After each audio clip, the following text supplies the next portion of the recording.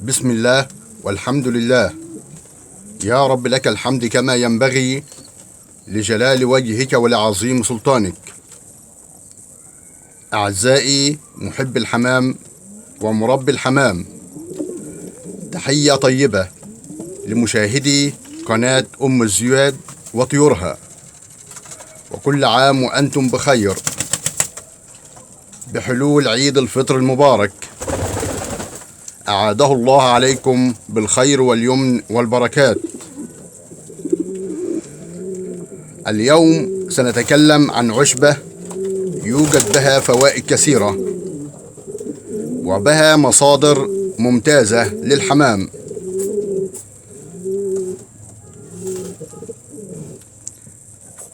مما تجعل الحمام في أحسن حال وبأحسن صحة وفي حالة ممتازة، لأن يوجد بها النحاس والكالسيوم والبوتاسيوم والمنجنيز والسيلينيوم والزنك والمغنيسيوم والحديد أيضا، كما يوجد بها مجموعة من الفيتامينات الهامة للحمام، مثل فيتامين ألف وفيتامين ب وفيتامين ج وفيتامين ه. يوجد بها أيضا الهستامين الذي يمنع السعال من الحمام وضيق التنفس. يوجد بها خواص عضوية، لذلك فإنها تعمل على فاتح الشهية.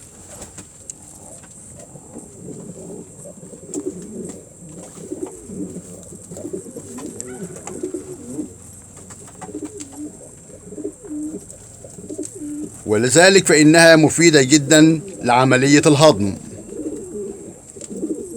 يوجد بها أملاح معدنية وزيوت عطرية. تعمل هذه العشبة أيضا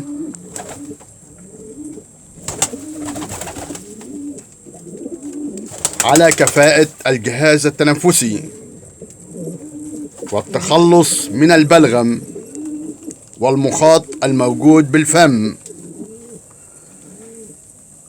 تعمل أيضا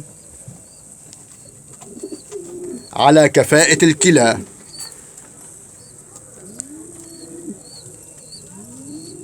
كأنها غسول كلوي.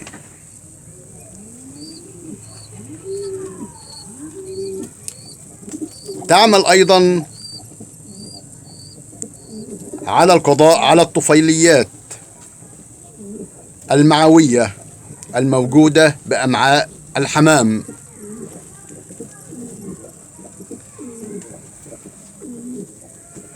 تعالج قرحة المعدة، وتعمل أيضا على زيادة الزغاليل.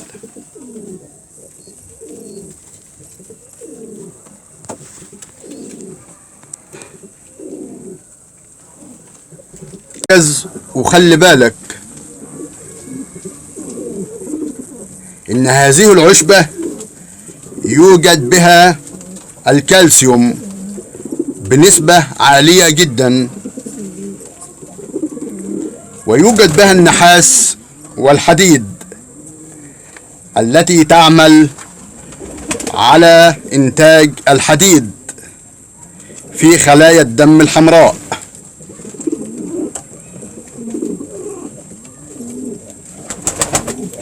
إنها عشبة الكراوية، أفضل أنواع الأعشاب التي من الله علينا بها. إنها على قمة الأعشاب من حيث الفيتامينات ومن حيث الأملاح المعدنية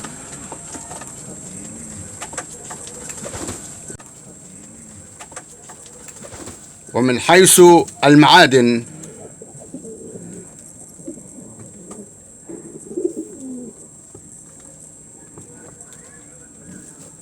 معلقتين كبار من معلقة الأكل على اللتر المية،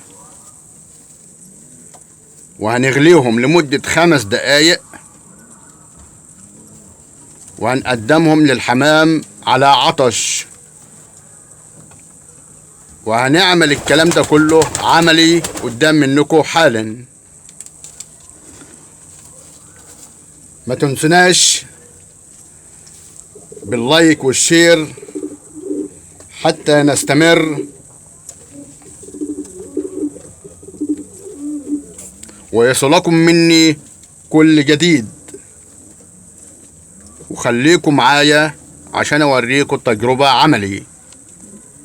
ودلوقتي حطينا 4 معالق كبار من بتاع الاكل على لترين مية، وهنغليهم لمدة 5 دقايق. عملية الغلي تبقى 5 دقايق عشان المكونات والفيتامينات اللي موجودة في الكراوية يستفاد منها الحمام.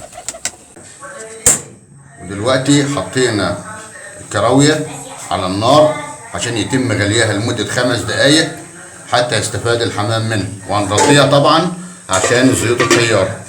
ودلوقتي بعد ما غلينا الكراوية لمدة 5 دقايق هنقدمها للحمام على عطش حتى يستفاد من كمية المعادن والفيتامينات الموجودة بها.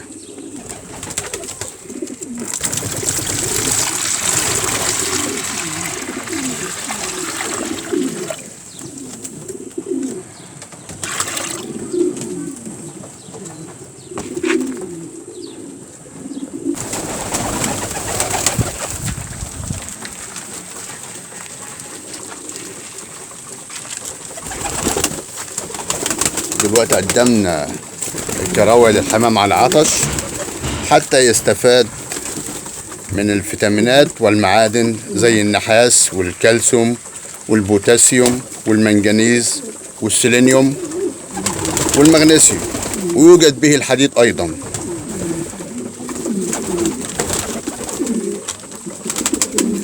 ويوجد به أيضا فيتامين أ وفيتامين باء وفيتامين ج وفيتامين ه والهستامين الذي يمنع السعال عند الحمام.